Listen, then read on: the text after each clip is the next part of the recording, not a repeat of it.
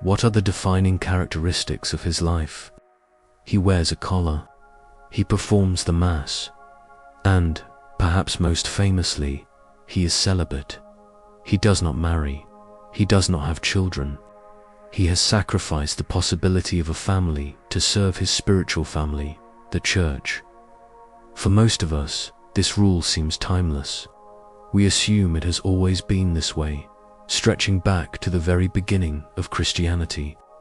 We assume it is a purely spiritual rule, a way to imitate Jesus, who was unmarried, and to keep the priest's heart undivided and focused solely on God.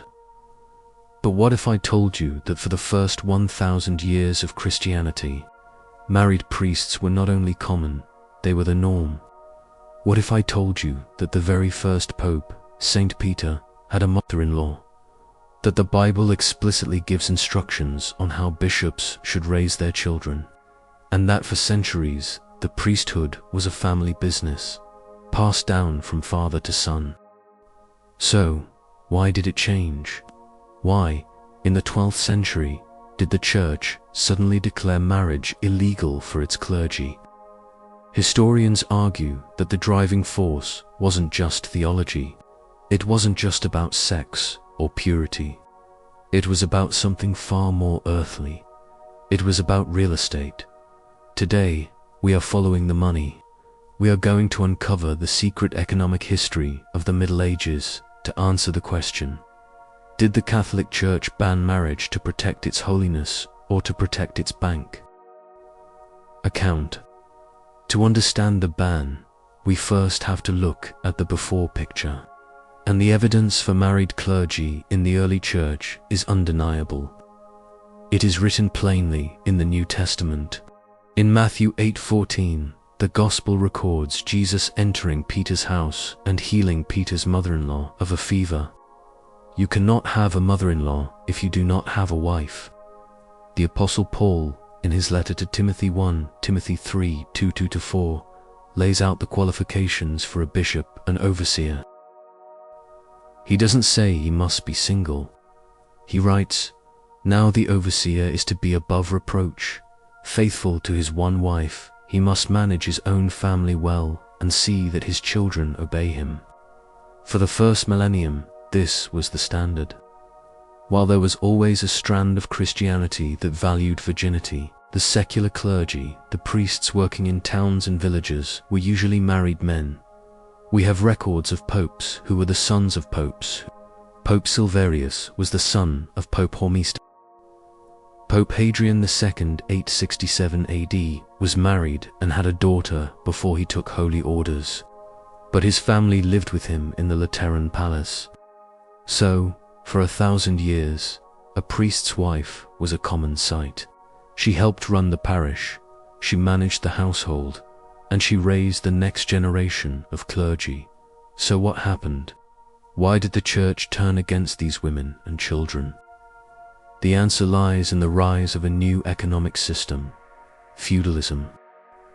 By the 10th and 11th centuries, the Roman Empire was long gone. Europe was operating under feudalism. In a feudal society, power is land, and land is hereditary. A king grants land to a duke. The duke passes that land to his son. The wealth stays in the family line. The Catholic Church was the largest landowner in Europe. It owned roughly 1/3 of all the land, but it faced a massive, existential financial threat: the priest's son. Imagine you are a bishop in the year 1000 AD. You appoint a priest to a wealthy parish. You give him a church, a rectory, and huge tracts of farmland to support him. This priest has a wife. They have 4 sons. Over his 40-year career, this priest treats the church lands as his own family farm. He builds wealth, and when he dies, who does he want to leave that wealth to? Does he want to give it back to the bishop? No, he wants to leave it to his son. This led to the rise of ecclesiastical dynasties. Fathers were passing church property to their sons as if it were a private inheritance. The church was slowly being privatized, piece by its own employees. If this continued, the church would eventually lose all its property to private families. It would lose its financial independence and its political power. To stop the bleeding, the church needed to sever the link of inheritance.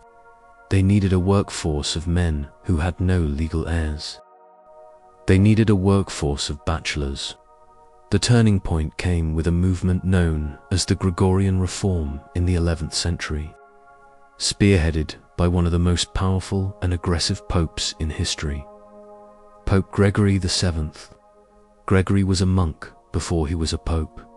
He believed in the spiritual superiority of celibacy, but he was also a brilliant administrator who wanted to centralize church power.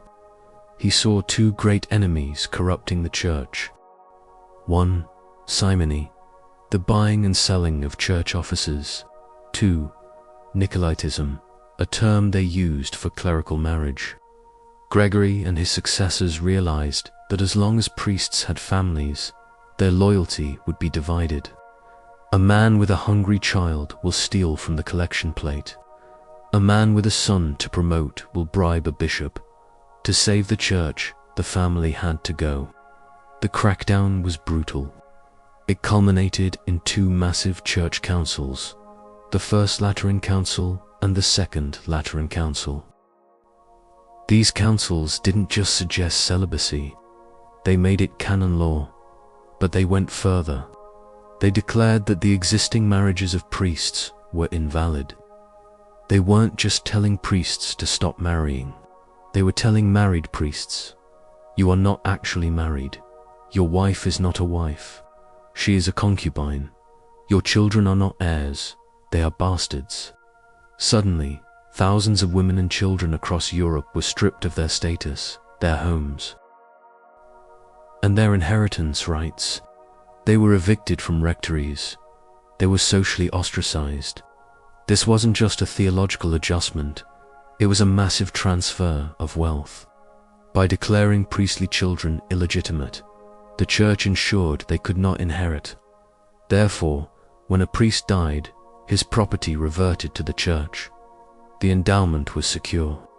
The economic leak was plugged. Now, to be fair to history, we cannot be purely cynical. The reformers didn't talk about money in their sermons. They talked about holiness. While economics provided the structural incentive for the ban, ritual purity provided the theological justification. In the Old Testament, Jewish priests had to abstain from sex before performing a sacrifice in the temple, but they only offered sacrifices occasionally, so they could be married the rest of the time. In the Catholic Church, however, a priest celebrates the Mass every day.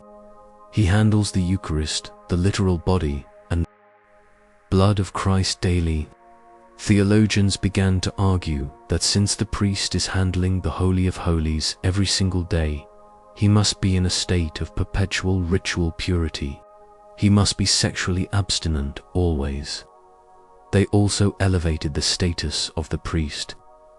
They argued that a priest is married to the church. He is an alter Christus, another Christ.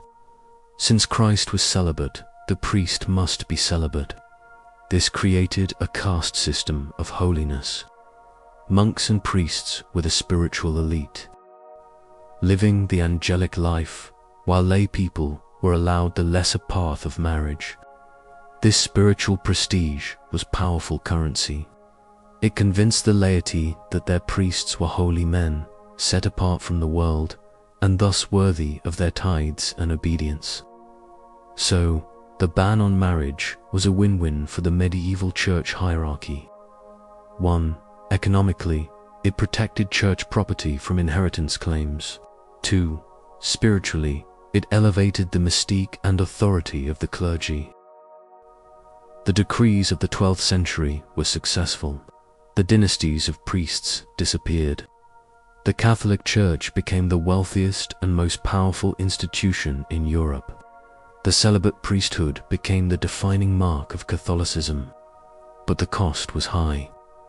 Throughout history, This rule has been a source of constant tension. It led to centuries of clerical concubinage. It was one of the main things Martin Luther attacked during the Protestant Reformation. And today, this 900-year-old rule is at the center of a modern crisis. The Church faces a massive shortage of priests globally. Many argue the rule contributes to isolation, loneliness, and was a contributing factor in the cover-up culture regarding sexual abuse scandals. There are even exceptions today. Married Anglican priests who convert to Catholicism are often allowed to remain married and become Catholic priests. This proves the rule is merely ecclesiastical law, not divine law. The Pope could change it tomorrow with a stroke of a pen.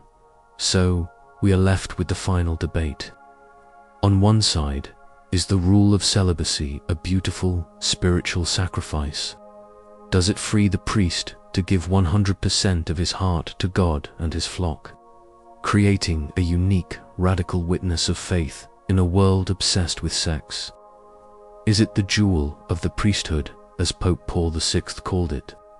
On the other side, is it an economic relic of the feudal age? Is it a rule invented to save money and consolidate power that has now become a liability, depriving the Church of good men who feel called to both ministry and marriage?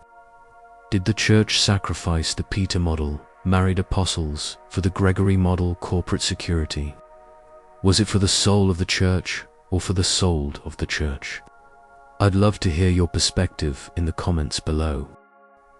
If you enjoyed this investigation into the hidden history of the Church, please hit that like button and subscribe for more content that uncovers the stories behind the rituals. Thanks for watching.